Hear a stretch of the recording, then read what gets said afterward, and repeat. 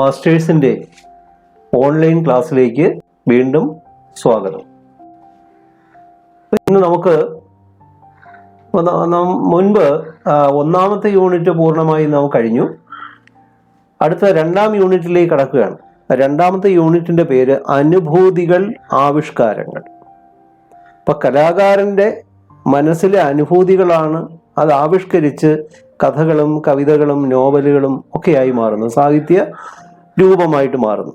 അതാണ് നമ്മൾ ഇതിൽ പരിചയപ്പെടുന്ന കഥകളും ബാക്കി എല്ലാം. എല്ലാ സാഹിത്യ സൃഷ്ടികളും ഒക്കെ ആരുടെയെങ്കിലും മനസ്സിൽ അത് ആവിഷ്കരിച്ച് ചിത്രമായിട്ടോ കഥകളായിട്ടോ നോവലായിട്ടോ പുറത്തു വരുന്നു. നമുക്ക് പ്രവേശകമായിട്ട് ഇത് തന്നിരിക്കുന്ന കവിത തിരുവള്ളുവരുടെ തിരുക്കുറളുകൾ, ആ വലിയ കാവ്യത്തിൽ നിന്നെടുത്ത കുറച്ച് വരിക. അപ്പൊ തിരുവള്ളുവർ പറയുമ്പോൾ നമ്മുടെ കേരളത്തില് എഴുത്തച്ഛന്റെ സ്ഥാനമാണ് തമിഴ്നാട്ടിലെ തിരുവള്ളുവർക്കുള്ളത്. തിരുവള്ളുവർ അദ്ദേഹത്തിന്റെ തിരുക്കുറളുകൾ. അപ്പൊ കുറളുകൾ എന്ന് പറഞ്ഞാൽ തത്വങ്ങൾ എന്നാണ്.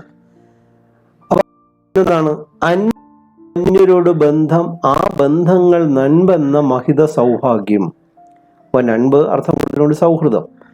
അപ്പൊ അൻപ് സ്നേഹം, അൻപ് തരും അന്യരോട് ബന്ധം. അപ്പൊ സ്നേഹമാണ് നമുക്ക് അന്യരോട് ബന്ധങ്ങൾ ഉണ്ടാക്കുന്നത്. ആ ബന്ധങ്ങൾ കളമൊരുക്കുന്നത് സ്നേഹമാണ്. സ്നേഹം കൊണ്ട് മാത്രമേ ബന്ധങ്ങൾ ഉണ്ടാക്കാൻ പറ്റൂ. ആ ബന്ധങ്ങളോ സൗഹൃദം എന്ന മഹത്വകരമായ സൗഭാഗ്യത്തിലേക്ക് വഴിതെളിക്കും. അങ്ങനെ നമുക്ക് ആ സ്നേഹത്തിനെ കുറിച്ചുള്ള സ്നേഹം എന്ന് പറയുന്ന അനുപമമായ ആ വികാരത്തെ കുറിച്ചാണ് ഈ ഭാഗത്തിൽ നാം ചർച്ച ചെയ്യുന്നത്. അപ്പൊ അതിൽ ആദ്യ പാഠം വിശ്വരൂപം എന്ന ചെറുകഥയാണ്. വിശ്വരൂപം. അപ്പൊ ഇതിന്റെ കർത്താവ് ലളിതാംബിക അന്തർജനമാണ്. അപ്പൊ ലളിതാംബിക അന്തർജനത്തിന്റെ സമ്പൂർണ്ണ കഥകൾ അതിൽ നിന്നെടുത്ത ഒരു ചെറുകഥയാണ്. അപ്പൊ ആ ചെറുകഥ ഞാൻ നേരത്തെ പറഞ്ഞു, മനസ്സിൽ തോന്നുന്ന ആ അനുഭൂതികളെ അവർ കഥകളായും കവിതകളായും നോവലായും ചെറുകഥയാക്കിയും മാറ്റുന്നു. അതിന് കഴിവുള്ളവരാണ് അവരെ നമ്മൾ സാഹിത്യകാരന്മാർ അല്ലെങ്കിൽ സർഗസൃഷ്ടികൾ നടത്തുന്നവർ എന്ന് പറയും. അപ്പോൾ നമുക്ക് ആ വിശ്വരൂപം എന്ന ചെറുകഥയിലൂടെ ഒന്ന് പോവാം. ഞാനൊന്ന് വായിക്കാം. പട്ടണത്തിന്റെ ഒഴിഞ്ഞ ഭാഗത്തുള്ള ഇടുങ്ങിയ വഴിയുടെ വക്കിൽ ഒരു ചെറിയ വീട്. മുറ്റത്ത് തുളസിത്തറ, ചെത്തിയും മഞ്ഞ മന്ദാരവും തുളസിയും കാടുപോലെ വച്ചു പിടിപ്പിച്ചിരിക്കുന്നു. മുൻവാതിൽ അടച്ചിരിക്കുകയാണ്. എങ്ങും ഒച്ചയടക്കമില്ല. അപ്പോൾ ആരോ ഒരാള് വർഷങ്ങളായി തനിക്ക് കാണാൻ ഉദ്ദേശിച്ചിരുന്ന അല്ലെങ്കിൽ കാണണം എന്ന് ആഗ്രഹിച്ചിരുന്ന ഒരാളുടെ വീട് അന്വേഷിച്ച് വരികയാണ് വർഷങ്ങൾ കഴിഞ്ഞിട്ട്. അതൊരു സ്ത്രീയാണ്. ഒരു സ്ത്രീയാണ് അന്വേഷിച്ച് വരുന്നത്. ഇപ്പോൾ വർഷങ്ങൾ പരിചയമുണ്ട്. പക്ഷെ ആ വ്യക്തിക്ക് ഇന്ന് വാർദ്ധക്യ സഹജമായ അസുഖങ്ങളുണ്ടാകാം, അല്ലെങ്കിൽ അവർക്ക് ചിലപ്പോൾ മറവി ബാധിച്ചു പോയോ എന്നൊക്കെ സംശയമുണ്ട്. അപ്പോൾ എവിടെയാണ് താമസിക്കുന്നതെന്നറിയാതെ ഇപ്പോൾ ആരോ പറഞ്ഞൊക്കെ അറിഞ്ഞു അങ്ങനെ വരികയാണ്. ആ പട്ടണത്തിൻ്റെ ഒഴിഞ്ഞ ഭാഗത്താണ് താമസിക്കുന്നത്. അപ്പോൾ ഓരോ വരികളും നാം ശ്രദ്ധിച്ചാൽ അറിയാം ആ കഥ നമ്മെ കൊണ്ടുപോകുന്നു. അപ്പോൾ പട്ടണമാണ്, ഒഴിഞ്ഞ ഭാഗമാണ്, ഇടുങ്ങിയ വഴിയാണ്. അപ്പോൾ ഈ വാക്കുകളിലൂടെ എല്ലാം നമ്മൾ ആ കഥയെ മനസ്സിലാക്കും. ഇപ്പോഴെന്താ, ഒരു ചെറിയ വീടാണ് കാണുന്നത്. മുറ്റത്ത് തുളസിത്തറയുണ്ട്, ചെത്തിയുണ്ട്, അതായത് തെറ്റി, മഞ്ഞ മന്ദാരം, തുളസി കാടുപോലെ വച്ചു പിടിപ്പിച്ചിരിക്കുകയാണ്. കാടുപോലെ കിടക്കുകയല്ല, കാടുപോലെ വച്ചു പിടിപ്പിച്ചു. അപ്പോൾ അത്രമാത്രം പ്രകൃതി സ്നേഹിയാണ്, അല്ലെങ്കിൽ ചെടികളോട് ഇമ്പമുള്ള ഒരാളാണ് നമുക്ക് മനസ്സിലായി. മുൻവാതിൽ അടച്ചിരിക്കുകയാണ്, എങ്ങും ഒച്ച എനക്കമില്ല. തനിക്ക് വഴി തെറ്റിയോ എന്ന് അദ്ദേഹം ചിന്തിച്ചു. അയാൾ ഒരു നിമിഷം ആലോചിച്ചു. ഇല്ലല്ലോ, മാർഗനിർദ്ദേശം ചെയ്തയാൾ കുറിച്ചു കൊടുത്ത കടലാസ് പോക്കറ്റിൽ നിന്ന് എടുത്തു നോക്കി. അപ്പം ആദ്യമായിട്ടാണ് ആ പ്രദേശത്ത് അദ്ദേഹം വരുന്നത്. മാർഗനിർദ്ദേശം, അതായത് അല്ലെങ്കിൽ ഇന്ന വഴിയിലൂടെ പോയി അവിടെ എത്തണം, അവിടെ ഒരു ചെറിയ വീട് കാണാം എന്നെല്ലാം ഒരു രേഖ പോലെ എഴുതി കൊടുത്തിരുന്നു. അത് പോക്കറ്റിൽ നിന്ന് എടുത്തു നോക്കിയപ്പോൾ ഏകദേശം ശരിയാണ്. പ്രധാന റോഡിൽ നിന്ന് താഴോട്ട് ഇറങ്ങുന്ന ഇടവഴിയിലൂടെ നേരെ നടന്നാൽ ഒരു മുടുക്ക്, അല്ലെങ്കിൽ ഒരു കവല, അല്ലെങ്കിൽ ഒരു ജംഗ്ഷൻ കാണാം. അവിടെ രണ്ട് വഴി തിരിയുന്നു. വന്ന് രണ്ടായിട്ട് പിരിയുകയാണ്. ഇടത്തോട്ടുള്ള പാതയിലൂടെ ചെന്നാൽ, ഇടത്തോട്ടുള്ള റോഡിലൂടെ ചെന്നാൽ മൂന്നാമത്തെ വീടാണെന്നാണ് എഴുതിയിരിക്കുന്നത്. ഗേറ്റിൽ വെള്ള കോളാമ്പിച്ചെടി പടർന്നു പൂത്തു കിടക്കുന്നു. മുഖപ്പിൽ ഓം എന്ന് കൊത്തിയിട്ടുണ്ട്. അപ്പൊ ഇതെല്ലാം ആ അല്ലെങ്കിൽ മാർഗനിർദ്ദേശം കൊടുത്തയാൾ കൊടുത്തിരിക്കുന്ന സൂചനകളാണ്. മുഖപ്പിൽ ഓം എന്ന് കൊത്തിയിട്ടുണ്ട്, അവിടെ ചെന്നാൽ മതി, അവരെ കാണാൻ പറ്റുമെന്നാണ്. ശരി, ഇതൊക്കെ തന്നെയാണ് ലക്ഷണം. അയാൾ മടിച്ചു വാതിൽ മുട്ടി. അപ്പോൾ താൻ ഉദ്ദേശിക്കുന്ന ആളാണോ അവിടെ താമസിക്കുന്നതെന്നറിയില്ല, എങ്കിലും അതാണ് അകത്ത് പ്രതികരണം ഒന്നുമില്ല. ആരും ഇല്ലായിരിക്കുമോ, അതോ ഇനി ഉറക്കമാണോ, അതോ എന്താണെന്നറിയില്ല. ഇനി അതിനകത്ത് ആരും ഇല്ലയോ? ഇത്രയും ദൂരം വന്നിട്ട് ആളെ കാണാതെ പോകണമല്ലോ എന്നോർത്തപ്പോൾ അയാൾക്ക് വിഷമം തോന്നി. കാരണം വളരെ ദൂരെ നിന്ന് വരികയാണ്. ഇന്നല്ലെങ്കിൽ ഇനി എന്നാണ് കാണുക? ഇനി കാണാൻ പറ്റില്ല. കാണാൻ തന്നെ സാധിക്കുമോ? കാരണം താനെന്ന് കാണുമ്പോൾ ചെറുപ്പക്കാരിയാണ്, ഇപ്പോൾ വളരെ പ്രായമെത്തി കാണും. അപ്പോൾ വാർദ്ധക്യ സഹജമായ അസുഖങ്ങൾ കാണും. താനിനി അടുത്ത ലീവിന് വരുമ്പോൾ അവരെ കാണാൻ കഴിയുമോ എന്ന് സാധിക്കില്ല. നാളെ രാവിലെ 9 മണിക്ക് വിമാനത്തിൽ ബുക്ക് ചെയ്തിരിക്കുകയാണ്. ഭൂമിയുടെ മറ്റേ ചരിവിലുള്ള അല്ലെങ്കിൽ മറ്റേ ഭാഗത്തുള്ള അർദ്ധഗോളത്തിലേക്ക് പോവുകയാണ്. അമേരിക്കയിലോ മറ്റോ പോവുകയാണ്.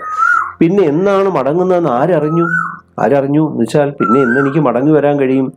അന്നത്തേക്ക് മിസ്സിസ് തലത്ത് ഉണ്ടാകുമോ? അപ്പോൾ അദ്ദേഹം അല്ലെങ്കിൽ അന്വേഷിക്കുന്ന വ്യക്തിയുടെ പേര് നമുക്ക് മനസ്സിലായി.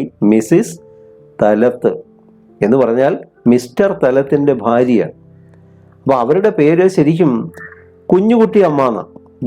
ഗ്രാമവാസിയായിരുന്നു ആ സ്ത്രീയുടെ യഥാർത്ഥ പേര് കുഞ്ഞുകുട്ടിയമ്മ. പക്ഷേ പിന്നെ ഡൽഹിയിലും മറ്റും ഒക്കെ അവരുടെ ഭർത്താവിന് ജോലി ഉണ്ടായിരുന്നത് നമ്മുടെ നയതന്ത്ര കാര്യാലയത്തിൽ. നാം ഇന്ന് പത്രങ്ങളിലൊക്കെ സാധാരണ കാണുന്നതാണ് നയതന്ത്ര കാര്യാലയം അല്ലെങ്കിൽ എംബസി. നമ്മൾ ഇപ്പോൾ സാധാരണ ഇപ്പോഴുള്ള കേസുമായിട്ടൊക്കെ ബന്ധപ്പെട്ട് ഒക്കെ നമ്മൾ കേൾക്കുന്നതാണ് എംബസി. ആ എംബസിയിലെ ഉദ്യോഗസ്ഥനെയാണ് നമ്മൾ അംബാസിഡർ എന്ന് വിളിക്കുന്നത്. അപ്പോൾ അതുപോലെ അത് നമ്മുടെ മലയാളത്തിൽ അതിനെ നയതന്ത്ര കാര്യാലയം. രണ്ട് രാജ്യങ്ങൾ തമ്മിലുള്ള ബന്ധങ്ങൾ അല്ലെങ്കിൽ അവിടെയുള്ള മനുഷ്യരുടെ പ്രശ്നങ്ങൾ കൈകാര്യം ചെയ്യുന്ന ഒരു കേന്ദ്ര സർക്കാർ അല്ലെങ്കിൽ അതുപോലുള്ള രാജ്യങ്ങളുടെ സ്ഥാപനങ്ങളാണ് എംബസി അല്ലെങ്കിൽ കോൺസുലേറ്റ് എന്നൊക്കെ പറയുന്നത്. ആ കോൺസുലേറ്റ് ഉദ്യോഗസ്ഥനായിരുന്ന മിസ്റ്റർ തലത്തിൻ്റെ ഭാര്യയാണ് മിസ്സിസ് തലത്ത്. മിസ്റ്റർ തലത്ത് മരിച്ചുപോയി. ആ മിസ്റ്റർ തലത്തിനോടൊപ്പം ജോലി ഉണ്ടായിരുന്ന, അയാളുടെ കീഴിൽ ജോലി എടുത്തിരുന്ന സുധീറാണ് ഈ കാണാൻ വരുന്നത്. ഞാൻ ആദ്യമേ പറഞ്ഞതേ ഉള്ളൂ നിങ്ങൾക്ക് ഓർമ്മിക്കാൻ വേണ്ടിയിട്ട്. അപ്പൊ അന്നത്തേക്ക് മിസ്സിസ് തലത്തുണ്ടാകുമോ? വളരെ ശ്രദ്ധിച്ച് വായിക്കേണ്ട. മിസ്സിസ് തലത്തുണ്ടാകുമോ എന്നല്ല, മിസ്സിസ് തലത്ത് അന്നുണ്ടാകുമോ? കാരണം വയസ്സ് 75 കുറയില്ലല്ലോ ഇപ്പോൾ. അപ്പൊ ഏകദേശം ഇപ്പോൾ 75 ഒക്കെ എത്തിക്കാണും. അപ്പൊ അതുകൊണ്ട് ഇന്ന് എങ്ങനെയെങ്കിലും കണ്ടേ പറ്റൂ. കോളിംഗ് ബെല്ലുണ്ടോ എന്ന് നോക്കി, ഇല്ല. ഇനിയോ? അപ്പൊ കോളിംഗ് ബെല്ലൊന്നും വെച്ചിട്ടില്ല. അപ്പൊ അതിന്റെ അർത്ഥം എന്താണ്? അവർക്ക് അങ്ങനെ വിസിറ്റേഴ്സ് അല്ലെങ്കിൽ വിസിറ്റേഴ്സ് വരുന്നത് തന്നെ ഇഷ്ടമല്ല.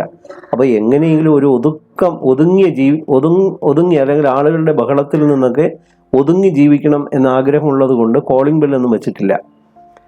ഇനിയോ? അയാൾ രണ്ടും കൽപ്പിച്ച് കൈ ചുരുട്ടി കതകിൽ ശക്തിയായി വിളിച്ചു. അപ്പൊ എന്തും വരട്ടെ എന്ന് വിചാരിച്ചു. അപ്പോൾ ഇവിടെ ആരുമില്ലേ? അദ്ദേഹം ചോദിക്കുകയാണ്. അകത്ത് കട്ടിൽ കരയുന്ന ശബ്ദം കേട്ടു. അപ്പൊ അകത്ത് ആളുണ്ട്. ആരോ കട്ടിലിൽ കിടക്കുകയായിരുന്നു. ഈ ശബ്ദം കേട്ട് പതുക്കെ എഴുന്നേറ്റ് വരികയാണ്. നേരിയ കാൽവയ്പ്പുകൾ, പതുക്കെ. ആ കാൽവയ്പ്പുകളിൽ തന്നെ അറിയാം വളരെ വാർദ്ധക്യം ബാധിച്ച ഒരു ആളാണ് വരുന്നത്. കതകിന്റെ സാക്ഷ പതുക്കെ നീങ്ങി നരച്ച ഒരു തല പ്രത്യക്ഷപ്പെട്ടു. അപ്പൊ അകത്തുനിന്ന് നരച്ച, അതായത് വളരെ വയസ്സായ ഒരു സ്ത്രീയുടെ തല പുറത്തേക്കിട്ട് നോക്കുകയാണ്. കൃശമായ ശരീരം, മെലിഞ്ഞ ശരീരം. കൃശം വളരെ മെലിഞ്ഞ. നെറ്റിയിൽ ഭസ്മക്കുറിയുണ്ട്. ഭസ്മം കൊണ്ടുള്ള കുറി, അതാണ് ഭസ്മക്കുറി. ആ കഴുത്തിലോ രുദ്രാക്ഷമാല. അതെങ്ങനെ വിഗ്രഹിക്കും? രുദ്രാക്ഷം കൊണ്ടുണ്ടാക്കിയ മാല അല്ലെങ്കിൽ രുദ്രാക്ഷ കുരുവാണ്. രുദ്രാക്ഷം കൊണ്ട് ഉണ്ടാക്കിയ മാല. രുദ്രാക്ഷത്തിന്റെ മാല എന്നൊന്നും വിഗ്രഹിച്ചുകൂടാ. രുദ്രാക്ഷം കൊണ്ടുണ്ടാക്കിയ മാല. അപ്പൊ അദ്ദേഹം വളരെയധികം അതിശയിച്ചു പോയി. കാരണം താൻ പ്രതീക്ഷിച്ചു വന്ന സ്ത്രീയുടെ രൂപം ഇങ്ങനെയല്ല, ഇങ്ങനെ ആയിരിക്കില്ല എന്നൊക്കെ വിചാരിച്ചു. പക്ഷെ ഇപ്പൊ എന്താണ്? തല മുഴുവൻ നരച്ചു, ശരീരം മെലിഞ്ഞിരിക്കുന്നു, നെറ്റിയിൽ ഭസ്മക്കുറിയുണ്ട്, കഴുത്തിലോ രുദ്രാക്ഷമാലയോ. അപ്പോൾ ഒരു സന്യാസിനിയുടേത് മറ്റുള്ള, ഒരു തപസ്വിനിയുടെ മട്ടിലുള്ള രൂപം അയാൾ ഒരിക്കലും പ്രതീക്ഷിച്ചില്ല. തൻ്റെ മനസ്സിലെ ആ തലത്തിൻ്റെ രൂപം, മിസ്സിസ് തലത്തിൻ്റെ രൂപം മറ്റൊന്നായി. ആ കൃശമായ ശരീരവും ഭസ്മക്കുറിയും രുദ്രാക്ഷമാലയും എല്ലാം കണ്ടിട്ട് അദ്ദേഹം ഒന്ന് ഞെട്ടി. ഇങ്ങനെ ഒരാളെ കാണാൻ വേണ്ടിയായിരുന്നില്ലല്ലോ താൻ ഇവിടെ വരെ വന്നത്. ഈ വൃദ്ധ, ഈ തപസ്സിനി, ഈ വൃദ്ധ ഇത്രയും വൃദ്ധയായി പോയോ? അവർ ഒരു തപസ്സിനിയുടെ മട്ട്, ഒരു താപസിയുടെ മട്ട് കാണുന്നു. അപമര്യാദയെന്ന് തോന്നത്തക്ക വണ്ണം അയാൾ അവരെ തുറിച്ചു നോക്കിക്കൊണ്ടിരുന്നു. അപ്പോൾ ഒരു സ്ത്രീ ഇങ്ങനെ വിളിച്ച്, ഇപ്പോൾ കതകിൽ തട്ടി വിളിച്ചു, ഒരു സ്ത്രീ പുറത്തേക്ക് വന്നു. അപ്പോൾ അദ്ദേഹം തുറിച്ചു നോക്കുന്ന എന്താണ്? താൻ ഉദ്ദേശിക്കുന്ന ആള് തന്നെയാണോ? പക്ഷെ ആ സ്ത്രീക്ക് ഇതൊരു അപമര്യാദയായിട്ട് തോന്നുമോ എന്ന രീതിയിൽ ആയിപ്പോയി. വൃദ്ധയും അല്ലാതെ പരിങ്ങിപ്പോയി. സ്ഥലകാലങ്ങളോട് പൊരുത്തപ്പെടാത്ത ഈ അതിഥി ആരാണ്? പെട്ടെന്ന് തട്ടി വിളിച്ചു. വന്നപ്പോഴോ ഇങ്ങനെ മുഖത്ത് നോക്കി തുറിച്ചു നോക്കിക്കൊണ്ട് നിൽക്കുന്നു. ഇതാരാണ്? ഈ അതിഥി ആരാണ്? സ്ഥലകാലങ്ങളോട് പൊരുത്തപ്പെടാത്ത, സ്ഥലത്തോടും കാലത്തോടും പൊരുത്തപ്പെടാത്ത ഈ അതിഥി ആരാണ്? പാശ്ചാത്യ നാടുകളിൽ നിന്ന് പറന്നു വീണ ഒരു യുവാവിനെ പോലെയുണ്ട് വേഷം. അപ്പൊ ഇദ്ദേഹത്തെ കണ്ടാൽ പടിഞ്ഞാറൻ നാടുകളിൽ നിന്ന് പെട്ടെന്ന് ഇങ്ങനെ വന്നെത്തിപ്പെട്ട, ഗ്രാമപ്രദേശത്ത് വന്നുപെട്ട ഒരാളിനെ പോലെ, കണ്ടു മറന്ന ഏതോ രൂപം ഓർത്തെടുക്കാൻ ശ്രമപ്പെടുന്നത് പോലെ അയാൾ നെറ്റി തടവി. അപ്പോൾ തനിക്ക് കണ്ടു മറന്ന ഏതോ രൂപം, പക്ഷേ ഓർമ്മിച്ചെടുക്കാൻ കഴിയുന്നില്ല. അയാൾ വിഷമത്തോടെ പറഞ്ഞു, ക്ഷമിക്കൂ വലിയമ്മേ, മിസ്സിസ് സ്ഥലത്ത് താമസിക്കുന്ന വീട് ഇതാണെന്ന് ഒരാൾ പറഞ്ഞു. അവർ ഇവിടെ ഉണ്ടോ ചോദിക്കുകയാണ്. അപ്പോൾ അദ്ദേഹത്തിന് മനസ്സിലായി താൻ ഉദ്ദേശിക്കുന്ന ഈ സ്ഥലത്ത് ഇതല്ല. ക്ഷമിക്കൂ വലിയമ്മേ, അമ്മമ്മേ, മിസ്സിസ് സ്ഥലത്ത് താമസിക്കുന്ന വീട് ഇതാണെന്ന് ഒരാൾ പറഞ്ഞതുകൊണ്ടാണ് ഞാൻ ഇങ്ങോട്ട് വന്ന്. അവരിവിടെ ഉണ്ടോ? ഇല്ലെങ്കിൽ മാപ്പ്, ഞാൻ പോകുന്നു. പെട്ടെന്ന് അവരുടെ ഹൃദയത്തിന്റെ അഗാധതയിൽ നിന്ന്, ആ തലത്തിന്റെ ഹൃദയത്തിന്റെ അഗാധതയിൽ നിന്ന് ഒരു ആശ്ചര്യ ശബ്ദം ഉദിച്ചു. അപ്പോൾ രൂപം കൊണ്ട് മനസ്സിലായില്ല. ഈ സുധീർ ഒരു കാലത്ത് മിസ്റ്റർ തലത്തിൻ്റെയും മിസ്സിസ് തലത്തിൻ്റെയും ആ ഓഫീസിലെ സെക്രട്ടറിയൊക്കെ ആയിരുന്നു. അന്ന് ചെറുപ്പമായിരുന്നു. അയാൾക്ക് മാറ്റങ്ങളുണ്ടായി. പക്ഷെ ആ ശബ്ദം, സുധീറിന്റെ ശബ്ദം, അവരെ, അല്ലെങ്കിൽ ആ ശബ്ദം കേട്ടപ്പോൾ അവർ ഓർമ്മിക്കുകയാണ്. നീയോ സുധീർ? നീ ഇവിടെ ഇപ്പോൾ എന്ന് ചോദിക്കുകയാണ്. കാരണം ആ സുധീറിനെ ഇന്നവർ ആ സ്ഥലത്ത് പ്രതീക്ഷിക്കുന്നില്ല. വർഷങ്ങൾക്ക് മുമ്പ് തങ്ങളോടൊപ്പം ഉണ്ടായിരുന്ന ഒരു ഉദ്യോഗസ്ഥൻ തന്നെ കാണാൻ വരും എന്നൊരിക്കലും ഒരു ധാരണയും ആ സ്ത്രീക്കില്ലായിരുന്നു. അതാണ്, നീയോ സുധീർ? നീ ഇപ്പോൾ ഇവിടെ എങ്ങനെ എന്ന രീതിയിൽ ഒരു നീണ്ട തേങ്ങലോടെ അവർ മുന്നോട്ടാഞ്ഞ് അയാളെ കെട്ടിപ്പിടിച്ചു. ഉണ്ടോ? അപ്പോൾ ഒരു വല്ലാത്തൊരു തേങ്ങലോടെ, വല്ലാത്തൊരു പാരവശ്യത്തോടെ അവർ മുന്നോട്ടാഞ്ഞ്, അയാൾ ഒട്ടും പ്രതീക്ഷിക്കുന്നില്ല, അയാളെ കെട്ടിപ്പിടിക്കുകയാണ്. അതായത് അവരുടെ മകന്റെ പ്രായമൊക്കെ ഉള്ളൂ. രൂപം കൊണ്ട് പിടികിട്ടാത്ത വ്യക്തിയെ സ്വരം കൊണ്ട് തിരിച്ചറിഞ്ഞ് അയാളും വരുന്നു. അപ്പൊ അയാൾക്കും ഈ ശബ്ദം കേട്ടപ്പോൾ അത് മനസ്സിലായി, ഇത് താൻ ഉദ്ദേശിച്ചു വന്ന ആൾ തന്നെയാണ്. അപ്പൊ രണ്ടുപേരും രൂപം കൊണ്ട് പിടികിട്ടിട്ടില്ല. അത് ശ്രദ്ധിക്കേണ്ട സെന്റൻസ് ആണ്, വളരെ ശ്രദ്ധിക്കേണ്ട വാചകങ്ങളാണിത്. രൂപം കൊണ്ട് പിടികിട്ടാത്ത വ്യക്തിയെ സ്വരം കൊണ്ട് തിരിച്ചറിഞ്ഞു അയാളും. അപ്പോൾ സുധീറിന് മനസ്സിലായില്ല, ആ അമ്മയ്ക്കും മനസ്സിലായില്ല. ഇപ്പോഴോ രണ്ടുപേരുടെയും ശബ്ദം കേട്ടപ്പോൾ അവർക്ക് മനസ്സിലായി. ആ വൃദ്ധ ആകെ വിറച്ചിരുന്നു. ആ വിറയിൽ അദ്ദേഹത്തിന് അനുഭവപ്പെട്ടു. അവരുടെ ആലിംഗനത്തിൽപ്പെട്ട അയാൾക്ക് ശ്വാസം മുട്ടി. അവര് വളരെ മുറുകെ, കാരണം എത്രയോ വർഷങ്ങളായി കാണാതിരുന്ന. അപ്പൊ നമുക്ക് തോന്നുന്നു ഒരു സെക്രട്ടറി ഇത്രമാത്രം സ്നേഹം ഉണ്ടായിരുന്നു. അതിനെയെല്ലാം നമുക്ക് കുറെ കൂടെ കഴിയുമ്പോൾ മാത്രമേ, ഈ കഥയുടെ ഉള്ളിലേക്ക് കടക്കുമ്പോൾ മാത്രമാണ് അവർക്ക് എന്തുകൊണ്ട് അങ്ങനെ അയാളോട് പെരുമാറി നമുക്ക് മനസ്സിലാക്കാൻ കഴിയും. അതാണ് കഥാകാരി. നമ്മൾ കുറേശ്ശെ ആ കഥയുടെ ഉള്ളിലേക്ക് കടക്കുകയാണ്. പിടിവിട്ടാൽ പൊയ്ക്കളയുമോ എന്ന് പേടിച്ചിട്ടെന്നവണ്ണം മുറുകെ അവർ അയാളെ തഴുകിയിരുന്നു. മനസ്സിലായോ? കണ്ണുകളിൽ നിന്ന് കണ്ണുനീർ ഒഴുകി വീഴും. ആ രണ്ടുപേരും കരയുകയാണ്.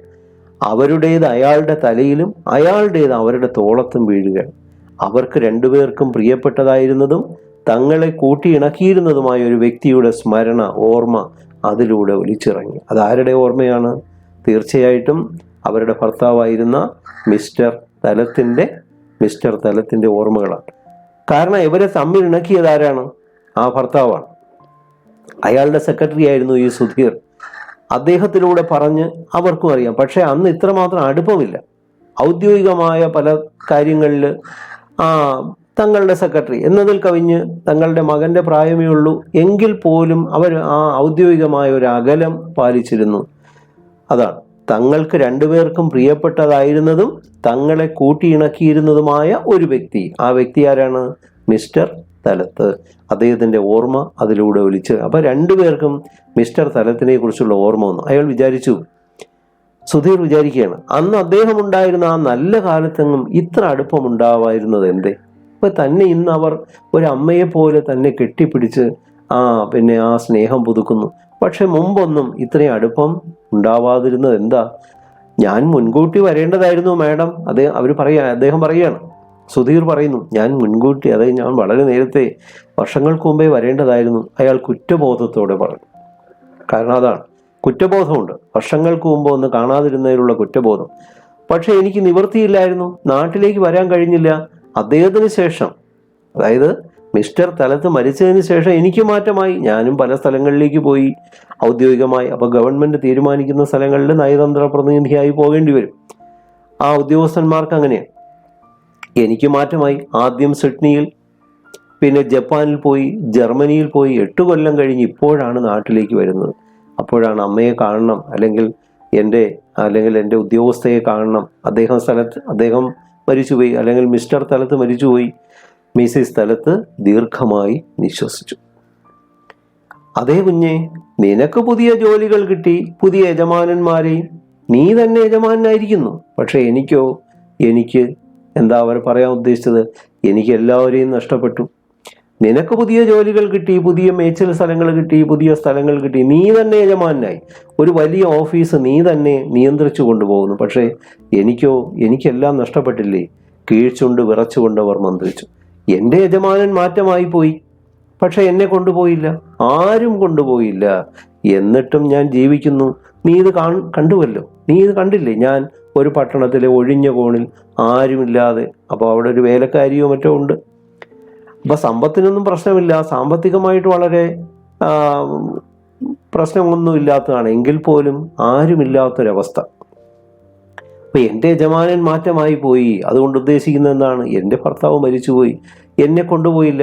ആദ്യം, അല്ലെങ്കിൽ അദ്ദേഹത്തോടൊപ്പം ഞാനും മരിക്കുമെന്നൊക്കെ വിചാരിച്ചു, അല്ലെങ്കിൽ ആദ്യം ഞാൻ മരിക്കും. അതെല്ലാം ആരും കൊണ്ടുപോയില്ല. അതായത് എന്താ? മക്കളും കൊണ്ടുപോയില്ല. മക്കളുണ്ട്, ആ മക്കളുടെ കാര്യങ്ങളെല്ലാം ഇനി വരും.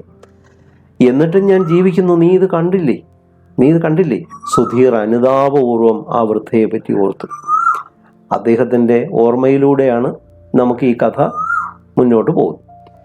അനുതാപത്തോട്, വളരെ വിഷമത്തോടു കൂടി ആ വൃദ്ധയെ പറ്റി ഓർമ്മിക്കുകയാണ്. ഭർത്താവ് മരിച്ചു, കുട്ടികൾ 4 വഴിക്കായി. അപ്പോൾ 4 മക്കളെ അവർ പ്രസവിച്ചു. 2 ആണും 2 പെണ്ണും. അങ്ങനെ 4 മക്കളുണ്ട്. ആ 4 മക്കളിൽ ആരും അവരുടെ ഒപ്പമില്ല, ആരും അവരുടെ വീടുകളിൽ കൊണ്ടുപോയുമില്ല. അതെന്താണ്? നമുക്ക് വഴിയെ മനസ്സിലാക്കാം. സുപരിചിതമായ ജീവിത രീതികളും മാറി. എങ്കിലും മിസ്സിസ് തലത്ത് ഇപ്പോഴും സ്വന്തം യജമാനത്തിയായി ഇരിക്കുന്നു. ചക്രവർത്തിനിയുടെ ജന്മമാണ് അവർക്ക്. ആരുടെ മുന്നിലും തലകുനിക്കില്ല. അതൊരു പ്രത്യേക വ്യക്തിത്വമാണ്.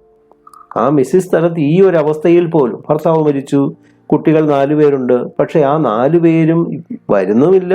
പിന്നെ വല്ലപ്പോഴും എല്ലാം ഫോൺ വിളിക്കുമായിരിക്കും. അവരോടൊപ്പം കൊണ്ട് നിർത്തുന്നില്ല. അവരാരും ഇവരുടെ വീട്ടിൽ വന്ന് നിൽക്കുന്നുമില്ല. അപ്പൊ എന്താണ് കാര്യം? നമുക്കറിയാതെ. പക്ഷെ മിസ്സിസ് സ്ഥലത്ത് നോക്കൂ, ഇപ്പോഴും സ്വന്തം യജമാനത്തിയായി തന്നെ ഇരിക്കുന്നു. ആരുടെ മുമ്പിലും കീഴടങ്ങി കൊടുക്കാനോ, അല്ലെങ്കിൽ അവരുടെ വീടുകളിൽ പോയി നിൽക്കാനോ, അവരുടേതായ ചിട്ടവട്ടങ്ങൾക്കോ അകത്ത് ജീവിക്കാനോ അവർ തയ്യാറല്ല. അപ്പോൾ വളരെ മുൻപ്, വർഷങ്ങൾക്ക് മുമ്പ്, ആ ഒരു ചക്രവർത്തിനിയെ പോലെ, കാരണം തൻ്റെ ഭർത്താവിൻ്റെ ഔദ്യോഗികമായിട്ടുള്ള കാര്യങ്ങളിൽ സഹായിച്ചും സഹകരിച്ചും, അവർക്ക് ജോലിയൊന്നുമില്ല, പക്ഷേ എങ്കിലും ഭർത്താവാണ് എല്ലാം, ഭർത്താവിൻ്റെ കാര്യങ്ങളിൽ താൻ സഹായിക്കണം എന്ന് മനസ്സിൽ വിചാരിച്ചുകൊണ്ട് നാടും, അതായത് വീട്ടുകാരെയും, അച്ഛനും അമ്മയും എല്ലാം ഉണ്ടായിരുന്നു. ആ അച്ഛനെയും അമ്മയും നാടിനെയും ഒക്കെ ഉപേക്ഷിച്ച് ഭർത്താവിൻ്റെ നിഴൽ പോലെ നടന്നിരുന്ന ഒരു സ്ത്രീയാണ്. അപ്പോൾ അന്ന് ഒരു ചക്രവർത്തിനിയുടെ ഭാവത്തോടു കൂടി എല്ലാം നോക്കി നടത്തിയിരുന്നു. ആരുടെ മുമ്പിലും തലകുനിക്കില്ല. ഇന്നും അങ്ങനെ തന്നെയാണ്.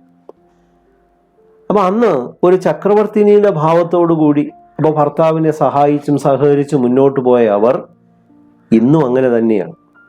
ഈ ഒരു വിഷമ അവസ്ഥയിൽ പോലും അവരെ ഭരിക്കാനോ, അല്ലെങ്കിൽ അവർ ആരുടെ മുമ്പിലും കീഴടങ്ങി കൊടുക്കാനോ തയ്യാറല്ല. അതുകൊണ്ടാണ് കണ്ണീരടക്കി മുഖം തുടച്ചുകൊണ്ട് അവർ പറഞ്ഞു, ഇരിക്കൂ സുധീർ, എൻ്റെ ചാബല്യം ക്ഷമിക്കൂ. ഞാൻ നിന്നെ കണ്ടപ്പോൾ അറിയാതെ നിന്നെ അല്ലെങ്കിൽ കെട്ടിപ്പിടിച്ചുപോയി. അതാണ് എൻ്റെ ചാബല്യവും ക്ഷമിക്കും. നിന്നെ കണ്ടപ്പോൾ അദ്ദേഹത്തെ പറ്റി ഓർത്തുപോയി. എൻ്റെ ഭർത്താവിനെ കുറിച്ചും അദ്ദേഹത്തിൻ്റെ ഓർമ്മകളിലൂടെയും ഞാൻ പോയി. ഇനി ഒരിക്കലും തമ്മിൽ കാണുമെന്ന് നാം വിചാരിച്ചല്ലോ, രണ്ടുപേരും വിചാരിച്ചില്ല. ഇനി ഒരിക്കലും നാം തമ്മിൽ കാണുമെന്ന് വിചാരിച്ചില്ല. അവർക്ക് അഭിമുഖമായി ബെഞ്ചിലിരുന്നു കൊണ്ട് അയാൾ പറഞ്ഞു, അങ്ങനെ പറയരുത് മാഡം, എനിക്ക് അച്ഛനേക്കാൾ വലുതായിരുന്നു അദ്ദേഹം. അദ്ദേഹമാണ് എനിക്ക് ജോലി തന്നത്, എത്ര നാൾ സേവിച്ചു. അപ്പോൾ അങ്ങയെ മറക്കാൻ കഴിയുമോ? അതാണ് മാഡം എന്ന് വിളിക്കുക. നമ്മൾ ശ്രദ്ധിക്കുക, മാഡം, കാരണം അങ്ങനെ വിളിച്ചിട്ടുള്ളൂ. എനിക്ക് അച്ഛനേക്കാൾ വലുതായിരുന്നു എനിക്ക് ജോലി തന്ന അദ്ദേഹം, അല്ലെങ്കിൽ മിസ്റ്റർ തലത്ത്, അദ്ദേഹമാണല്ലോ എനിക്ക് ജോലി തന്നത്. എത്ര നാൾ ഞാൻ അദ്ദേഹത്തെ സേവിച്ചു. അപ്പോൾ അങ്ങയെ മറക്കാൻ, അല്ലെങ്കിൽ ഈ മിസ്സിസ് തലത്തിനെ മറക്കാൻ പറ്റുമോ? മിസ്സിസ് തലത്ത് ഒന്നും മിണ്ടിയില്ല. അവർ ജപിക്കുന്നത് പോലെ ചുണ്ടനക്കി വിരലുകൾ കൊണ്ട് കണക്ക് വയ്ക്കുകയായിരുന്നു. അപ്പോൾ എത്ര വർഷമാണ് പോയതെന്ന് പൂർവ്വകാല സ്മൃതികളിലേക്ക്, പഴയകാല ഓർമ്മകളിലേക്ക് ആണ്ടു മുങ്ങിയതുപോലെ. എന്തെങ്കിലും ചോദിക്കണമെന്നുള്ളത് കൊണ്ട് മാത്രം സുധീർ ചോദിച്ചു, രമേശ് എവിടെയാണ്? മകൻ്റെ പേരാണ് രമേശ്. എവിടെയാണ്? പാരീസിൽ. രവിയോ? ഇന്തോനേഷ്യയിൽ. ഉണ്ടോ? അപ്പോൾ രണ്ടാൺമക്കള് വിദേശ രാജ്യങ്ങളിലാണ്. ആശ ഡൽഹിയിലും, പ്രേമ ഗുജറാത്തിൽ. അപ്പോൾ പെൺകുട്ടികൾ ഇന്ത്യയിൽ തന്നെ ഉണ്ട്, എങ്കിലും ഒരാൾ ഡൽഹിയിലാണ്, ഒരാൾ ഗുജറാത്തിലുമാണ്. എല്ലാവരും സുഖമായി കഴിയുന്നു. അപ്പോൾ രണ്ടുപേരും ഇന്ത്യക്ക് പുറത്താണ്. ആൺമക്കൾ രണ്ടും ഇന്ത്യക്ക് പുറത്ത്, മറ്റവര് പെൺകുട്ടികൾ ഇന്ത്യക്കകത്ത് തന്നെയുണ്ട്. ഒരാൾ ഡൽഹിയിലാണ്, ഗുജറാത്ത്. എല്ലാവരും സുഖമായി കഴിയുന്നു. അപ്പോൾ എന്താ അതിൻ്റെ അർത്ഥം? അപ്പോൾ കാര്യങ്ങൾ, അതായത് അങ്ങോട്ടും ഇങ്ങോട്ടും ആശയവിനിമയം നടക്കുന്നുണ്ട്, പക്ഷേ അവർ അങ്ങോട്ടും ഇങ്ങോട്ടും പോകുന്നില്ല. കുറച്ച് നേരത്തേക്ക് ഇരുവരും മിണ്ടിയില്ല. അയാൾ പറഞ്ഞു, മാഡം ഡൽഹിയിലായിരിക്കുമെന്നാണ് വിചാരിച്ചത് ഞാൻ. അദ്ദേഹം മരിച്ചതിന് ശേഷം ആശയോടുകൂടിയായിരുന്നല്ലോ. ഇപ്പോൾ ഭർത്താവ് മരിച്ചതിന് ശേഷം ആശ എന്ന മകളോട് കൂടിയായിരുന്നു. പക്ഷേ ഇടയ്ക്ക് ഉണ്ണിയെ കണ്ടു, മരുമകനോ മറ്റോ ആണ്. അപ്പോഴാണ് നാട്ടിലേക്ക് പോകുന്നു എന്നറിഞ്ഞത്. ഇവിടെ വന്ന നാൾ മുതൽ ഞാൻ വീട് തിരക്കുകയായിരുന്നു. ഇന്നലെയാണ് ഒരുമാതിരി വിവരം എനിക്ക് കിട്ടിയത്. അപ്പോൾ തന്നെ തിരിച്ചു. ഇവിടെ വന്നിട്ട് പോലും സംശയം തീർന്നില്ല. ഞാൻ ഈ നാട്ടിലെത്തിയിട്ടും എനിക്ക് സംശയം തീർന്നില്ല. മാഡം ഇങ്ങനെ ഒരു സ്ഥലത്ത് ഇതുപോലെ ഒതുങ്ങിക്കഴിയും എന്ന് എനിക്ക് ഒരു ധാരണയും ഇല്ലായിരുന്നു. മാഡം തെളിച്ച് ചിരിച്ചു. ഇത് കേട്ടപ്പോൾ ചിരിച്ചിട്ട് പറയാം, എൻ്റെ അച്ഛനമ്മമാർ ഇതിലും മോശമായ വീട്ടിലാണ് കുഞ്ഞെ താമസിച്ചിരുന്നത്. എനിക്കതിൽ യാതൊരു ബുദ്ധിമുട്ടുമില്ല. ഞാൻ ജനിച്ചത് ഒരു നാട്ടിൻ പുറത്താണ്. എൻ്റെ അച്ഛനമ്മമാർ ഇതിലും മോശമായ വീട്ടിലാണ് കഴിഞ്ഞത്. അവിടെയാണ് ഞാൻ വളർന്നത്. അതുകൊണ്ട് എനിക്ക് ഇവിടെ ഈ വീടൊന്നും ഒരു ബുദ്ധിമുട്ടായിട്ട് തോന്നുന്നില്ല. പെട്ടെന്ന് എന്തോ ഓർത്ത പോലെ അവരെണീറ്റു. ഓ, നീ വളരെ വഴി നടന്ന് വന്നിരിക്കുന്നു, നിനക്കൊന്നും തന്നില്ലല്ലോ, ഇരിക്കൂ, ഇപ്പോൾ വരാം. അപ്പോഴാണ് അവർക്ക് മനസ്സിലായത്, ഇപ്പോൾ വളരെ നാൾ കഴിഞ്ഞ് തൻ്റെ വീട്ടിലേക്ക് വന്ന ഒരാളിന് വെള്ളം പോലും കൊടുത്തില്ലല്ലോ എന്ന്. മിസ്സിസ് സ്ഥലത്ത് ഒരു ഗൃഹനായികയുടെ കണ്ടോ. അപ്പോൾ ഇപ്പോൾ തീർത്തും ഒരു ഗൃഹനായിക, ഒരു അമ്മയെ പോലെ പെരുമാറുക. മുമ്പ് മാഡം എന്നതിൽ കവിഞ്ഞ, അല്ലെങ്കിൽ ആ മാഡം ഒരു അകൽച്ച തന്നോട് പാലിച്ചിരുന്നു. അവരുടെ കീഴിൽ ജോലിയെടുക്കുന്ന ഒരു സെക്രട്ടറി, ആ സെക്രട്ടറിയുടെ അല്ലെങ്കിൽ സെക്രട്ടറി ആയിട്ട് നിൽക്കുന്ന തന്നോട് അത്തരത്തിലുള്ളൊരു അടുപ്പം മാത്രമേ ഉണ്ടായി. ഇന്നങ്ങനെയല്ല. ഒരമ്മയെ പോലെ ആ ഗൗരവഭാവത്തോടെ, മകന് ആഹാരം കൊടുക്കണം, അവന് വിശപ്പുണ്ട് എന്ന ആ ഗൗരവബോധത്തോടെ എണീറ്റ് അകത്തേക്ക് നടന്നപ്പോൾ പണ്ട് ലണ്ടനിലും ന്യൂയോർക്കിലും വെച്ച് കണ്ട മാഡം തലത്തിനെ പറ്റി അയാൾ ഓർത്തുപോയി. പണ്ട് താൻ കണ്ട ആ മാഡം തലത്തിൽ നിന്നും എന്ത് വ്യത്യാസം വന്നുപോയി.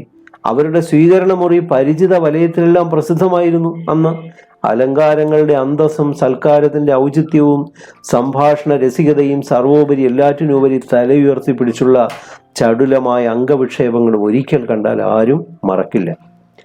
ഔദ്യോഗിക വിരുന്നുകളിലും പൊതുചടങ്ങുകളിലും വെച്ച് ഭാരതീയ സ്ത്രീത്വത്തിൻ്റെ അംബാസിഡർ എന്ന് വിളിക്കാറുണ്ടവരെ. അപ്പോൾ ഔദ്യോഗികമായിട്ടുള്ള വിരുന്നുകൾ, പൊതുചടങ്ങുകൾ, ഇതിലൊക്കെ വെച്ച് ഭാരതീയ സ്ത്രീത്വം, അതിൻ്റെ പ്രതിനിധി അല്ലെങ്കിൽ ഭാരതീയ സ്ത്രീത്വം ശരിക്കും ആ തലത്തിലൂടെയാണ് വെളിപ്പെടുന്നത് എന്ന് വരെ അവരെ വിളിച്ചിട്ടുണ്ട്. വേഷത്തിലും ഭാവത്തിലും നടപ്പിലും ഒരു മഹാറാണിയുടെ അന്തസ്സ് തോന്നും. അപ്പോൾ അവരുടെ വ്യക്തിത്വം ഈ തരത്തിലാണ്. ഈ സെന്റൻസുകൾ വളരെ ഓർത്തിരിക്കണം. താൻ അവരെ ആദ്യം കണ്ട ദിവസത്തെ പറ്റി അയാൾ ഓർമ്മിക്കുകയാണ്. സുധി, എന്നാണ് താൻ ആദ്യമായിട്ട് കണ്ടത്? ഡോക്ടർ തലത്തിൻ്റെ സെക്രട്ടറിയായി ചാർജ് എടുത്ത അന്ന് വൈകിട്ടാണ്. ശാന്തനും പണ്ഡിതനും ഹൃദയാലുവുമായ ഡോക്ടർ ഭാര്യയെ വിളിച്ചു. അപ്പോൾ അദ്ദേഹം ഡോക്ടർ തലത്ത് വളരെ ശാന്തനാണ്, പണ്ഡിതനാണ്, ഹൃദയാലുവായ ഒരു വ്യക്തിയാണ്. നോക്കൂ, നമുക്ക് അഞ്ചാമതൊരു കുട്ടി ഉണ്ടായിരിക്കുന്നു, ഒരു മകൻ. പക്ഷെ ഒരു വ്യത്യാസമുണ്ട്, ഇവൻ കുറച്ചു നാൾ നമ്മോട് കൂടി താമസിക്കും എന്ന് പറഞ്ഞു. അപ്പൊ ഈ സുധീറിനെ കൊണ്ടുവന്ന് പരിചയപ്പെടുത്തുന്നത് അങ്ങനെയാണ്.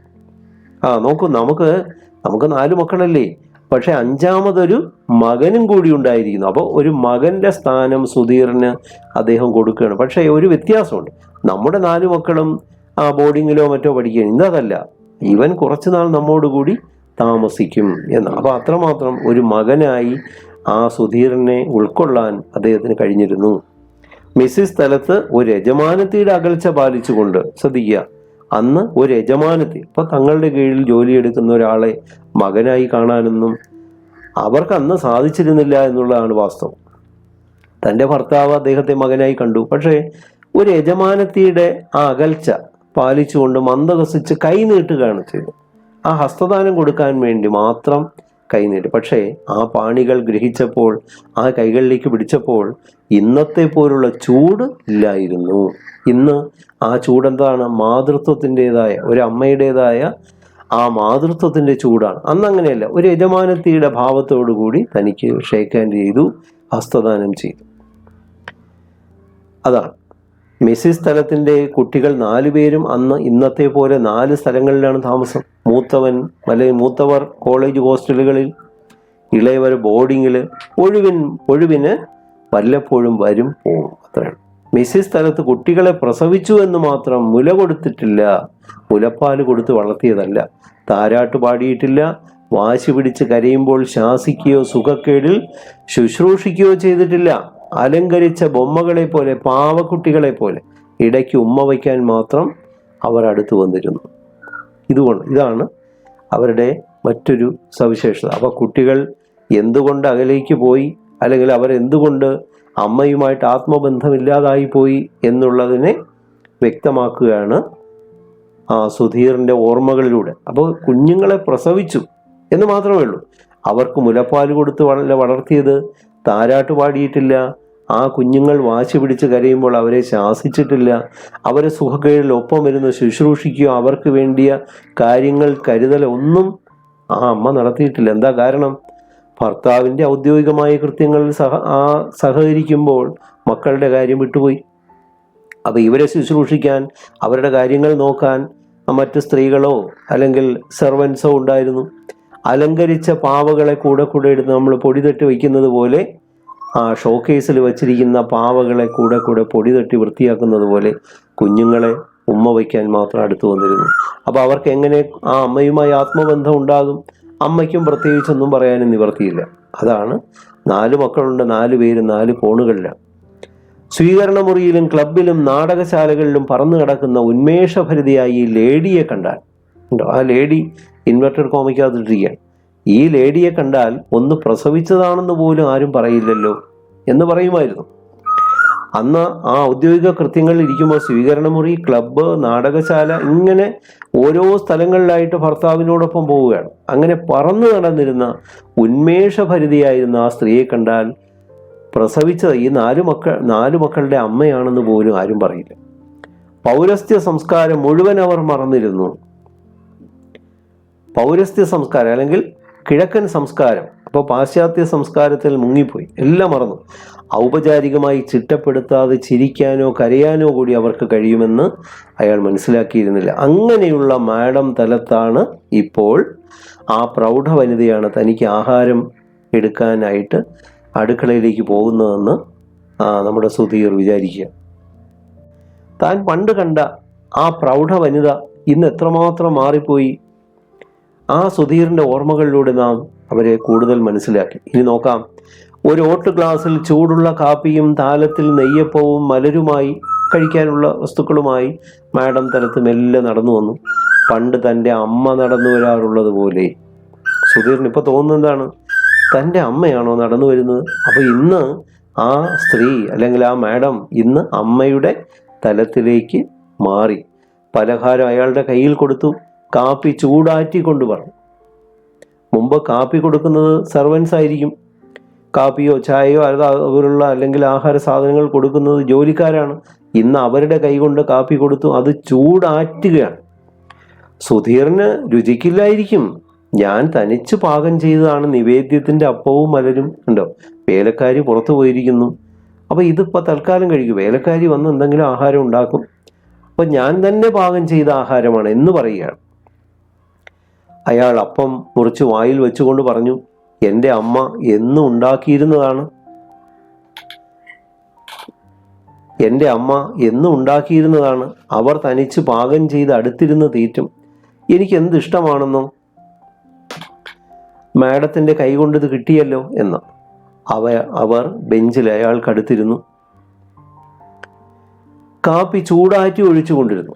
ഇപ്പൊ കുടിക്കുന്നതിന് കാപ്പി ചൂട് മാറ്റിക്കൊണ്ട് കൊടുക്കുകയാണ്. ഒരു അമ്മയെ പോലെ ഇരുന്ന് പരിചരിക്കുകയാണ്. അപ്പൊ നമ്മൾ ശ്രദ്ധിക്കണം, സ്വന്തം കുട്ടികൾക്ക് മുലപ്പാല് പോലും കൊടുക്കാത്ത, അതായത് കൊടുക്കാൻ ഇഷ്ടമില്ലാഞ്ഞിട്ടല്ല, കൊടുക്കാൻ സമയമില്ല. ഈ കുഞ്ഞുങ്ങളെ കൊഞ്ചിക്കാനോ ലാളിക്കാനോ അവരുടെ കാര്യങ്ങൾ നോക്കാനോ അവർക്ക് സമയമില്ല. അപ്പോൾ ഭർത്താവിൻ്റെ കാര്യങ്ങളിലേക്ക് കൂടുതൽ ശ്രദ്ധ മാറ്റിവെച്ചപ്പോൾ കുഞ്ഞുങ്ങളുടെ കാര്യം തൽക്കാലം അവരുടെ മനസ്സിലെങ്ങും ഇല്ലാതായി. അയാൾ കുടിച്ചു. ചെറിയ ചിരിയോടെ അയാൾ പറഞ്ഞു, മാഡം എത്രയോ തവണ എനിക്ക് കാപ്പി തന്നിട്ടുണ്ട്, എന്നാൽ ഇത്രയും രുചി തോന്നിയിട്ടില്ല. വയററിയാതെ ഞാൻ കഴിച്ചു പോകുന്നു എന്ന്. അവർ തലകുനിച്ചു. നാം നേരത്തെ ഒരു വാക്യം പറഞ്ഞു, ചക്രവർത്തിനിയുടെ ജന്മമാണ്. ആരുടെ മുമ്പിലും തലകുനിക്കില്ല. പക്ഷെ ഇന്ന് നോക്കൂ, ആ സ്നേഹത്തിന് മുമ്പിൽ അവർ തലകുനിച്ചു പോവുകയാണ്. ഞാനും സ്വന്തം കൈകൊണ്ട് പാകപ്പെടുത്തി ഇത്ര താല്പര്യപൂർവ്വം ആർക്കും ഇതുവരെ കൊടുത്തിട്ടില്ല. അതായത് മക്കൾക്ക് പോലും കൊടുത്തിട്ടില്ല. അതാണ്, ഞാൻ സ്വന്തം കൈകൊണ്ട് പാകപ്പെടുത്തി ഇത്ര താല്പര്യത്തോടെ എൻ്റെ കുഞ്ഞുങ്ങൾക്ക് പോലും ഞാൻ കൊടുത്തിട്ടില്ല. അതാണ് ഞാൻ നിനക്ക് തരുന്നത്. അപ്പം നിന്നെ ഞാൻ ഇന്ന് മകനായിട്ട് പിന്നെ കാണുകയാണ്. മിസ്സിസ് തലത്ത് അല്പനേരം എന്തോ ഓർത്തിരുന്നു. എന്നിട്ട് പറഞ്ഞു, വീടിനെ പറ്റി ഓർക്കുന്നത് ഡോക്ടർ തലത്തിനൊരു ലഹരിയായിരുന്നു. അപ്പം ആ ഭർത്താവ് അങ്ങനെയാണ്. ഡോക്ടർ തലത്തിന് വീടിനെ കുറിച്ചും ഗ്രാമത്തെക്കുറിച്ചും ഒക്കെ ആലോചിക്കുന്നത്, തൻ്റെ അമ്മ, തൻ്റെ അമ്മുമ്മ എന്നൊക്കെ പറഞ്ഞാൽ അദ്ദേഹം പറയാറുണ്ട് ഡോളി. അപ്പം അദ്ദേഹം അവർക്കിട്ടിരുന്ന ഒരു പേരാണ് ഡോളി. പാശ്ചാത്യമായ ഒരു പേര് കൊടുത്തു. കുഞ്ഞുകുട്ടി അമ്മ, ഞാൻ പറഞ്ഞു കുഞ്ഞുകുട്ടി അമ്മ എന്നാണ് ആ സ്ത്രീയുടെ യഥാർത്ഥ പേര്. ആ പൗരസ്ത്യ സംസ്കാരത്തിൽ എത്തപ്പെട്ടപ്പോൾ ഡോളി എന്നൊരു ചെല്ലപ്പേര് അവർക്ക് കൊടുക്കുകയാണ്. ഭാരത സ്ത്രീകൾ എത്ര ഭാഗ്യമുള്ളവരായിരുന്നു. അവർ കൊടുക്കുവാൻ മാത്രമേ പഠിച്ചിരുന്നുള്ളൂ. കൊടുക്കുന്നതിൽ നിന്ന് മാത്രം എല്ലാം നേടി. അതുകൊണ്ടാണ് അവർ എപ്പോഴും സംതൃപ്തരായിരുന്നത്. നിനക്കറിയാമോ എന്ന് ഭർത്താവ് കൂടെ ചോദിക്കുമായിരുന്നു. ഇപ്പോൾ ഭാരത സ്ത്രീകൾ വളരെ ഭാഗ്യമുള്ളവരായിരുന്നു, അദ്ദേഹത്തിൻ്റെ അഭിപ്രായമാണ്. അവർ കൊടുക്കുവാൻ മാത്രമേ പഠിച്ചിരുന്നുള്ളൂ. ആ കൊടുക്കുന്നത് കൊണ്ട് മാത്രം എല്ലാം നേടി. അപ്പോൾ കൊടുത്താൽ കിട്ടും, കൊടുത്തില്ലെങ്കിൽ നമുക്ക് കിട്ടും. അപ്പോൾ സ്നേഹം കൊടുത്ത് സ്നേഹം വാങ്ങിക്കുക. അതുകൊണ്ടാണ് അവർ സംതൃപ്തരായിരുന്നതെന്ന് പറഞ്ഞു. അറിഞ്ഞുകൂടായിരുന്നു, എനിക്കത് അങ്ങനെ അറിയില്ല. ഏറെ നാൾ കഴിഞ്ഞ് ഇന്നാണ് എനിക്കതിൻ്റെ അർത്ഥം, എൻ്റെ ഭർത്താവ് പറഞ്ഞതിൻ്റെ അർത്ഥം എനിക്ക് മനസ്സിലാകുന്നത്. അപ്പോൾ അവർക്ക് പശ്ചാത്താപമുണ്ട്. സുധീർ ഒന്നും മിണ്ടാതെ ആ വൃദ്ധയുടെ സ്നിഗ്ധമായ, അല്ലെങ്കിൽ കണ്ണുനീർ കൊണ്ട് നനഞ്ഞ ഈർപ്പമുള്ള മുഖത്ത് നോക്കി അപ്പവും മലരും ചവച്ചുകൊണ്ടേയിരുന്നു. അപ്പോൾ അദ്ദേഹം ഓർമ്മിക്കുകയാണ്, അതിൻ്റെ രുചി അവരാണ് ആസ്വദിക്കുന്നതെന്ന് തോന്നും ഇരുവരുടെയും മട്ട് കണ്ടാൽ. അപ്പോൾ കഴിക്കുന്നത് സുധീർ ആണെങ്കിലും അതിൻ്റെ രുചി ആസ്വദിക്കുന്നത് ഈ അമ്മയാണ് എന്ന് തോന്നിപ്പോകും. മിസ്സിസ് തലത്ത് ഓർമ്മകളുടെ ഓളക്കുത്തിലേക്ക് വഴുതി വീഴുകയായിരുന്നു. അവർ ചോദിച്ചു, ന്യൂയോർക്കിലായിരുന്നപ്പോൾ നമ്മുടെ താമസ സ്ഥലത്തിൻ്റെ മുന്നിലുള്ള പാർക്കിൽ ഇളവെയിൽ കായാൻ വന്നിരിക്കാറുള്ള ആ വൃദ്ധനെ ഓർക്കുന്നുണ്ടോ നീ? നീണ്ട് മെല്ലിച്ച് ലേശം കൂനും വിറയിലുമുള്ള പാവം കിഴവൻ. അയാളെ എനിക്കൊന്ന് വെറുപ്പായിരുന്നു. കാരണം എന്താ, എപ്പോഴും മൂക്കട്ട ഒലിക്കും. അയാളുടെ മൂക്കിൽ നിന്ന് മൂക്കളെ ഒലിച്ചുകൊണ്ടിരിക്കും. ചെവി കേട്ടുകൂടാ. കീറിപ്പറഞ്ഞ പാൻറ്റും തൊപ്പിയും. ഒരു ദിവസം എൻ്റെ അടുത്ത് വന്ന് അയാൾ ചോദിക്കുകയാണ്, മാഡം ഒന്ന് ചോദിക്കട്ടെ, നിങ്ങൾ ഇന്ത്യക്കാർ അച്ഛനമ്മമാർ ദൈവത്തെ പോലെ വിചാരിക്കുന്നു എന്ന് കേട്ടിട്ടുണ്ട്, അത് ശരിയാണോ? അപ്പം അദ്ദേഹത്തിന് പാശ്ചാത്യമായ അല്ലെങ്കിൽ അമേരിക്കയിലുള്ള ഒരാൾ, നമ്മുടെ സംസ്കാരമല്ല അവിടുത്തെ സംസ്കാരം. അപ്പോൾ ആരും നോക്കാനും കാണാനും ഇല്ലാത്തൊരു വയസ്സായ ഒരാൾ ചോദിക്കുകയാണ്, നിങ്ങൾ ഇന്ത്യക്കാരെ അച്ഛനമ്മമാരെ ദൈവത്തെ പോലെ വിചാരിക്കുന്നു, അത് ശരിയാണോ? ഞാൻ എങ്ങനെ വിചാരിച്ചിട്ടുണ്ടോ എന്ന് അറിഞ്ഞുകൂടാ, എന്നാലും അതെ എന്തായാലും വിളിക്കും. അപ്പോൾ മിസ്സിസ് തലത്തിൻ്റെ കാര്യം നമുക്കറിയാം. നാട്ടിൽ അച്ഛനും അമ്മയും ഒക്കെ ഉണ്ടെങ്കിൽ പോലും അവരങ്ങനെ വിചാരിച്ചിട്ടില്ല. അയാൾ പറഞ്ഞു, ഞാൻ ഇന്ത്യയിൽ ജനിക്കാൻ ആഗ്രഹിക്കുന്നു മാഡം. ആ വൃദ്ധം പറയുക, ഞാൻ ഇനി എനിക്കൊരു ജന്മം ഉണ്ടെങ്കിൽ ഇന്ത്യയിൽ ജനിക്കണം. ഇന്ത്യ എന്ത് നല്ല നാടാണ്, ഞാൻ കേട്ടിട്ടുണ്ട്. കാരണം മാതാപിതാക്കളെ, ഏറെ വൃദ്ധരായവരെ സംരക്ഷിക്കുന്ന രാജ്യമാണ് ഇന്ത്യ.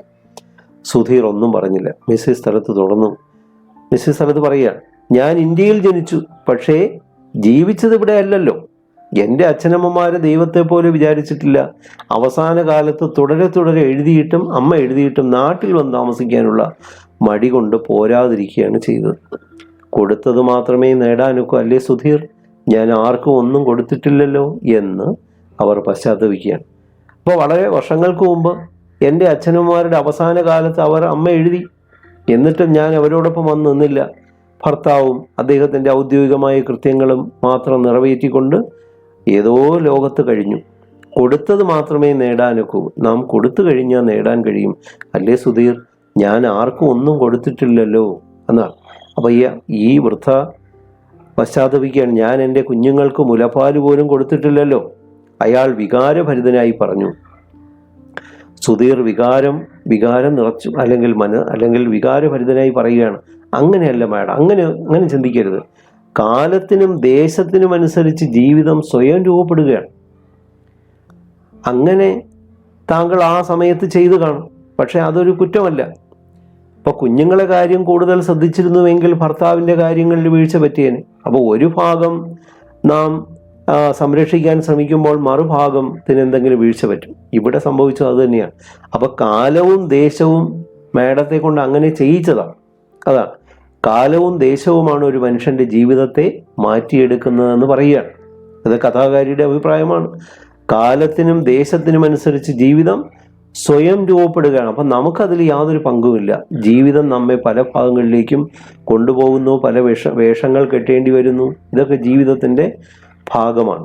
അന്ന് മാറിയ പരിതസ്ഥിതിയായിരുന്നു, അതിൽ അങ്ങേയറ്റം ശോഭിക്കുകയും ചെയ്തല്ലോ. ഇപ്പോൾ ഭർത്താവിൻ്റെ കാര്യങ്ങൾ നോക്കി അദ്ദേഹത്തിൻ്റെ ഔദ്യോഗിക കൃത്യങ്ങൾ സഹായിച്ചു, അത് വളരെയധികം മെച്ചപ്പെടുകയും ചെയ്തു, ശോഭിക്കുകയും ചെയ്തു. അപ്പോൾ എന്ത് വീഴ്ച പറ്റി? മക്കളുടെ കാര്യങ്ങളിൽ വീഴ്ച പറ്റി, അല്ലെങ്കിൽ കുറവുകൾ ഉണ്ടായി. ഡോക്ടർ തലത്ത് പറയാറുള്ളത് ഓർമ്മയില്ലേ? ഡോളി ഇല്ലെങ്കിൽ ഞാൻ വെറും നിഴലായേനെ എന്ന് അദ്ദേഹം പറയുമായിരുന്നു. ഡോളി ഇല്ലായിരുന്നെങ്കിൽ ഞാൻ വെറും നിഴലായി പോയേനെ. സങ്കീർണമായ പ്രശ്നങ്ങളെല്ലാം അവളുടെ ഒരു ചിരിയിൽ മാഞ്ഞു പോകുന്നു. അപ്പോൾ ധാരാളം സങ്കീർണമായ പ്രശ്നങ്ങൾ ഒരു കോൺസുലേറ്റിലും അല്ലെങ്കിൽ എംബസിയിലും ഉണ്ടാകാം. അത്തരം പ്രശ്നങ്ങളെല്ലാം വളരെ വിദഗ്ധമായിട്ട് അവർ പരിഹരിച്ചിരുന്നു. യഥാർത്ഥ നയതന്ത്ര പ്രതിനിധി അവളാണ്, ഞാനല്ല അംബാസഡർ. ഈ ഡോളിയാണ് യഥാർത്ഥ നയതന്ത്ര പ്രതിനിധി എന്ന് പറയുമായിരുന്നു. മിസ്സിസ് സ്ഥലത്ത് തലകുലുക്കി. ശരിയാണ്, അതേ ശരിയാണ്. അദ്ദേഹത്തിന് വേണ്ടി രൂപപ്പെടുത്തിയതാണ് എൻ്റെ ജീവിതം. മറ്റാർക്കും അതിലിടമില്ലായിരുന്നു. അപ്പം മക്കൾക്ക് പോലും അത് ഇടമില്ലായിരുന്നു എന്ന്. അതുകൊണ്ടാണ് ഞാൻ തനിച്ച് താമസിക്കാൻ ഇഷ്ടപ്പെടുന്നത്. ഇന്നും ആശ വിളിച്ചു, പ്രേമ വിളിച്ചു, രവിയും നിർബന്ധിക്കാതിരുന്നില്ല. പെൺമക്കളും ബാക്കി ആൺമക്കളും എല്ലാം വിളിച്ചു. എന്ത് പൊള്ളയായ ഭംഗി വാക്കുകളാണ്. അപ്പം അവരുടെ വാക്കുകളെല്ലാം പൊള്ളയാണ് എന്ന് ഈ അമ്മയ്ക്കറിയാം. കാരണം എന്താണ്? ഉള്ളിൽ സ്നേഹമില്ലാതെ വിളിക്കുന്നതാണ്. കാരണം അവർക്കും സ്നേഹം വരാൻ വഴിയില്ല. അതാണ്, ഒരു അമ്മയുടേതായ കടമകൾ നിർവഹിക്കുകയോ അവരുമായിട്ടൊരു ആത്മബന്ധം മുലപ്പാലിലൂടെ കൊടുക്കുകയോ ഒന്നും ചെയ്യാത്തൊരമ്മയാണ്. അപ്പോൾ അവർക്ക് പ്രത്യേകിച്ച് സ്നേഹം വരാൻ യാതൊരു വഴിയുമില്ല. അപ്പോൾ പെൺമക്കളും ആൺമക്കളും എല്ലാവരും വിളിച്ചു. അവരുടെ വാക്കുകളെല്ലാം പൊള്ളയാണ്, ഭംഗി വാക്കുകളാണ്, മേനിയായിട്ട് വിളിക്കുകയാണ്. അവർക്കറിയാം ഈ കിഴവി ക്രമേണ തങ്ങൾക്കൊരു ഭാരമായി വരികയാണ്. ഇപ്പോൾ വയസ്സായിക്കൊണ്ടിരിക്കുന്നു, ഒരു ഭാരമായി മാറുക. എൻ്റെ ജീവിതചര്യ അവർക്ക് ഇഷ്ടപ്പെട്ടില്ലെന്ന് വരാം, അവരുടെ ഇഷ്ടാനിഷ്ടങ്ങളിൽ ഞാൻ ഇടപെട്ടു എന്ന് വരാം. കണ്ടോ? അപ്പോൾ എൻ്റെ ഇഷ്ടാനിഷ്ടം അല്ലെങ്കിൽ എൻ്റെ ജീവിതചര്യ, ഇന്നത്തെ ആ ജീവിതചര്യ, ആ ജീവിക്കുന്ന രീതികൾ അല്ലെങ്കിൽ ആ മാർഗങ്ങൾ അവർക്ക് ഇഷ്ടപ്പെട്ടില്ല എന്ന് വരാം. അവർ ചെറുപ്പക്കാരാണ്, അവരുടെ ഇഷ്ടത്തിലും അനിഷ്ടത്തിലും ഞാൻ ഇടപെട്ടു എന്നും വരാം. പോരെങ്കിൽ ഞാൻ മാത്രമല്ലല്ലോ അവർക്ക് ബന്ധുവായുള്ളൂ. മകൾക്ക് ഭർത്താവിൻ്റെയും മകന് ഭാര്യയുടെയും ബന്ധുവലയും കാണുമല്ലോ. വേണ്ട സുധീർ, വേണ്ട. ഞാനൊരു ആശ്രിതയാകാൻ ആഗ്രഹിക്കുന്നില്ല. ഞാൻ ആർക്കും ഒരു ആശ്രിതയാകാൻ ആഗ്രഹിക്കുന്നില്ല. മറ്റൊന്നുമില്ലെങ്കിലും ഞാനായി മരിക്കട്ടെ. ഒരു ബന്ധങ്ങളും വേണ്ട